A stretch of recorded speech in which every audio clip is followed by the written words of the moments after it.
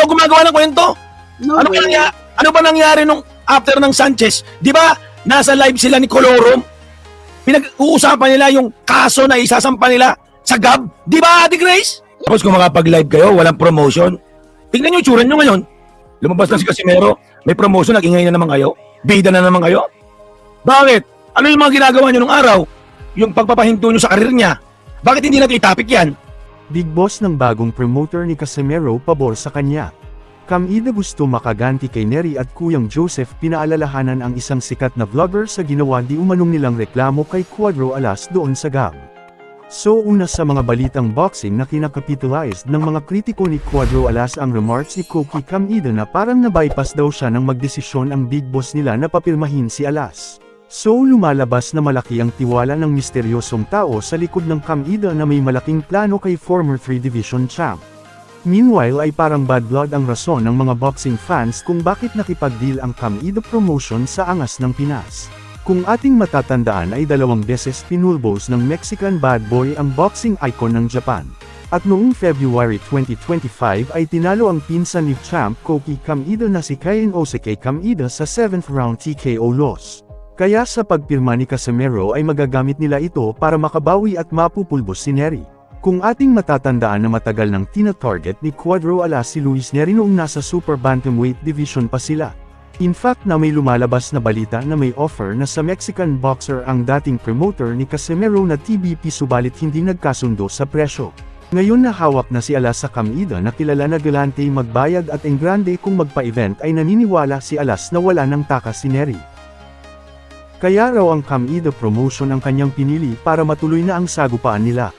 Sa huling balita ay muling laman ng mga content creator si Cuadro Alas pagkatapos inanunsyo ng Kamida promotion na nakipag-tie up sila kay Angas ng Pinas. Kaya yung mga bumaliktad dati ay mukha ni Casimero na naman ang content. So sabay-sabay nating pakinggan ang banat ni Kuyang Joseph sa mga allegedly may masamang balak sa dating champion. At malalaman natin kung sila ba ay nagtagumpay sa plano nila at kayo na ang humusga after ninyong mapanood ang video na courtesy ni Kuyang. Tandaan nyo Totoo yan! yan. Tandaan nyo yan! Oo.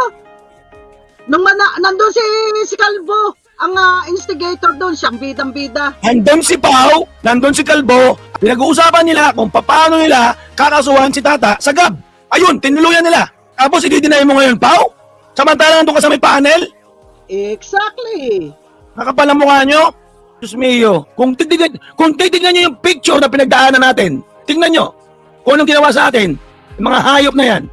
Mo kuya, malaking sampal sa kanila yung huli nilang galaw, natanggalan ng karir si Champ, na nangapahiya lahat sila, si Calvong may nanasa ulo, si Poknat at tong ilang tao pa na nandoon sa padulo.